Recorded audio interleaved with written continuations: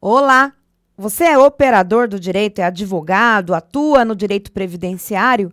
Esse vídeo é para você. Se você não é advogado, se você não atua no direito previdenciário, se você não estuda direito, esse vídeo não vai te ajudar. Eu te oriento a procurar um profissional que possa analisar o seu caso concreto. Mas se você é advogado, operador do direito, estudante de direito, bacharel, você é muito bem-vindo, porque a gente vai conversar sobre um tema extremamente atual e relevante, a bendita revisão da vida toda. E aí, por que eu tive a ideia de te contar o que pode acontecer nos embargos? Porque a gente teve acesso aos embargos de declaração, óbvio, né? É público. E aí a gente viu o que o INSS alegou e nós fizemos um contraponto com o que o embargado alegou. Pois é. Vamos lá, então? Bora pro slide? Vamos lá. Eu sou Vanusa Mendes. Se você ainda não me segue no Instagram, me siga lá, não perca nenhum conteúdo. E aqui está o meu site e o meu e-mail, tá bom? Vou ficar muito feliz com a sua presença. Lá tem todos os meus cursos e bora lá. Vamos lá. O que o INSS alega nos embargos? Deixa eu fazer um apanhado geral aqui para quem chegou hoje. É operador do direito, mas teve a ideia do que é a revisão da vida toda, mas não tem ideia exatamente do que seja. A revisão da vida toda, ela é a possibilidade de utilizar todo o tempo de contribuição para cálculo do benefício previdenciário anteriores a julho de 94. Por que julho de 94? Porque nós tivemos uma lei, a 9876, lá de 1999, e ela fixou o início do período de cálculo lá em julho de 94. Se você lembrar, você é um pouquinho mais antigo como eu, você vai lembrar que julho de 94 é a data do plano real. E talvez seja por isso até que foi fixado nessa data. Mas e aquela pessoa que começou a contribuir antes e tinha valores bons, contribuiu com os valores altos? Às vezes, na nossa carreira, nós temos lá um pico de contribuição e o cara podia estar no final da carreira dele contribuindo com valores altos, aí muda a lei e de repente ele teve um declínio profissional e ele perde todas as contribuições anteriores. Essa foi a tese que chegou ao STJ e o STJ pacificou a tese de que quando benéfico para o segurado, é possível, então, deve ser utilizado todos os salários de contribuição. Salário de contribuição é a remuneração daquele segurado. O segurado tem uma remuneração, tem lá, no caso do empregado, seu salário, e sobre a sua renda incide a contribuição previdenciária. Contribuinte individual pode ser 20% do que ofere, enfim, qualquer dia a gente fala de alíquotas, tá? Então, o que o INSS alega?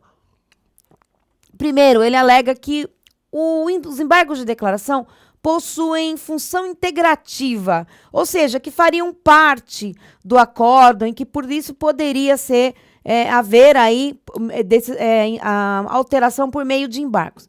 E aí também alega risco de dano grave, caso não fosse suspendido o processo. E lembrando, o ministro Alexandre de Moraes, que é o relator, suspendeu, então, o processo duas semanas atrás, tá? Que mais? Ele também fala, o INSS, nos seus embargos, da ausência de delimitação do alcance da tese. Eu vou esmiuçar isso com você melhor. E risco de colapso no atendimento dos segurados. Então, eu tive acesso também, porque é público, documento público, está lá disponível no site do STJ, no tema no site do STF, tema 1102, a defesa, né, a contra-razões dos embargos opostos pelo INSS, e esse é um caso, então, que chegou ao STF por meio, então, de um recurso extraordinário, mas ele tem todo um caminhar, é um processo normal de revisão da vida toda, da tese proposta, que chegou até o STF, tá? Muito bem, vamos lá. O que o embargado fala sobre essas alegações anteriores do INSS? Primeiro, ele alega que não há uma indicação nos embargos de um erro material ou de vícios. Logo, não há função integrativa. Então, a gente sabe que os embargos, eles servem para suprir omissão, contradição ou obscuridade no julgado, certo? E também para corrigir erro material, uma data errada, um nome colocado errado, um erro de grifo, ou vícios mesmo. Aquilo que seja uma nulidade, né? Algo errado. Só que, segundo a própria jurisprudência do STF, para que ele seja considerado a função integrativa, integrar, ou seja, o julgado, os embargos ao acórdão, seria necessário indicar omissão na declaração impugnada, ou vício, omissão, contradição ou obscuridade, ou a correção de flagrante erro material. O que, nesse caso, no caso da revisão da vida toda, não ocorreu, e o embargado foi bastante claro na sua defesa, indicando isso, tá? Então, não há, segundo ainda contra-razões dos embargos, não há que se falar em decisão integrativa, certo?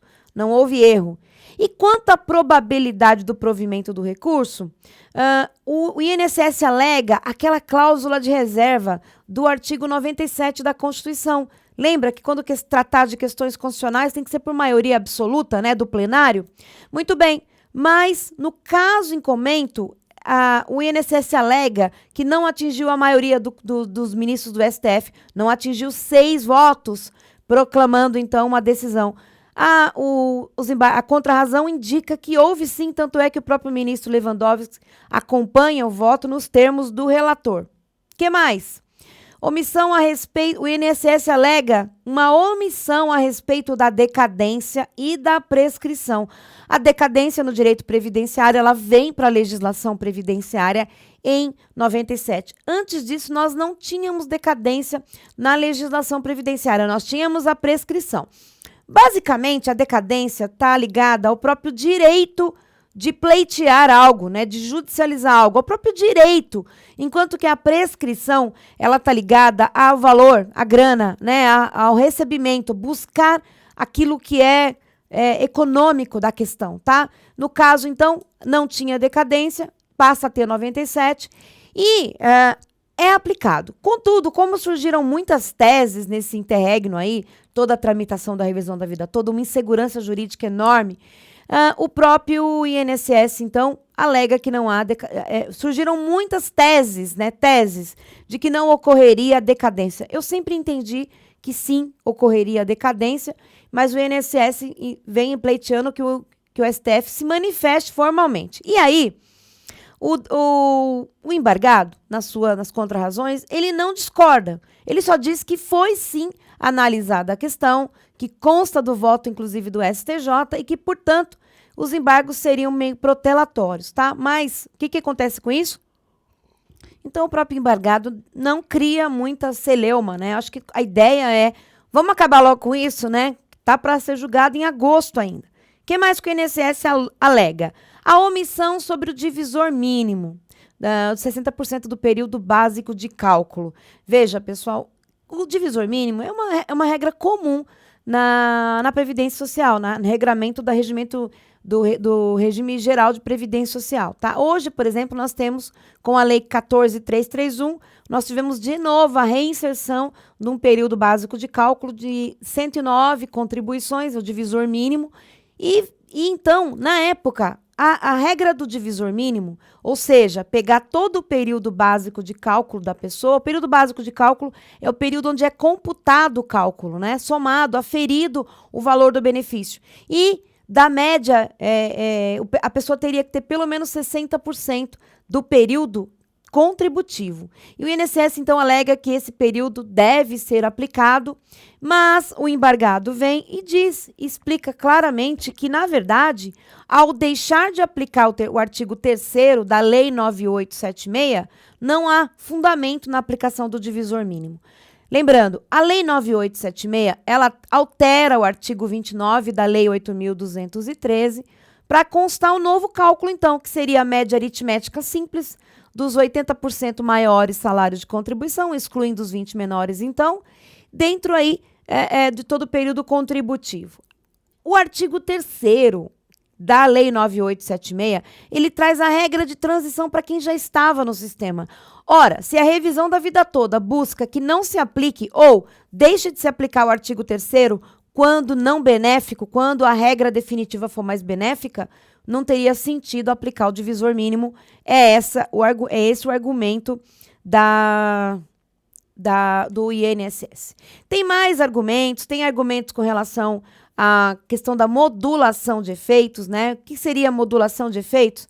A possibilidade, então, do INSS, do julgado, constar efeitos financeiros com relação a outros benefícios não pleiteados nesse recurso extraordinário, por exemplo, nas pensões por morte, nos auxílios incapacidade, nos benefícios que a pessoa gozou naquele período. Então, há também o pedido para que se restrinja o alcance da aplicação para aquelas pessoas que estão agora, nesse momento, judicializadas, né, que já estão com o processo tramitando, para limitar o alcance da decisão e também para limitar aquelas pessoas que tiveram ações com relação à revisão da vida toda, mas que não conseguiram fazer subir o recurso e tiveram trânsito em julgado. Algumas delas favoráveis, outras desfavoráveis. E, então, é isso que o INSS visa. O INSS visa, então, por meio dos embargos de declaração, diminuir o impacto da revisão da vida toda. Ele vem alegar que muita gente vai ser beneficiada, que poderia causar um caos, né? E nós não concordamos com isso, a advocacia não concorda, exatamente porque é uma parcela ínfima que tem direito. Aqui no meu escritório, por exemplo, a gente fez muitos cálculos e a maioria não tem direito. É bem verdade que alguns têm direito a aumentar muito o benefício, alguns vai até para o teto. Mas a grande maioria ou tem pequena diferença ou não tem diferença nenhuma. Então, não se justifica a ideia do INSS de barrar a revisão da vida toda, ou pelo menos tentar, né? É óbvio que está nas mãos do nosso STF aí para decidir. Lembrando que não teve nenhuma questão constitucional com relação à reserva de barreira, né? Não foi analisada a constitucionalidade do artigo 3º da 8976, então também não se justifica. Tá bom? Deu para ter pelo menos uma ideia do que vem por aí? A gente está esperando. Vamos aguardar e torcer para que se mantenha, que seja feita justiça no caso concreto, né? Tantas pessoas que foram prejudicadas. Então, me siga lá no Instagram, tá? Para você não perder conteúdo diário. Acesse aqui o meu site, você vai ver que eu tenho cursos, aí inclusive tem um pela plataforma Zoom, no dia 19 de agosto, benefício por incapacidade. Tudo sobre benefício por incapacidade. Se você está em São Paulo, vai lá me dar um abraço no dia 7 de outubro, no workshop presencial de planejamento previdenciário. Um serviço que a advocacia previdenciária oferece, não depende do judiciário, já recebe logo e é um trabalho excelente de divulgação. Um grande abraço, a gente se fala.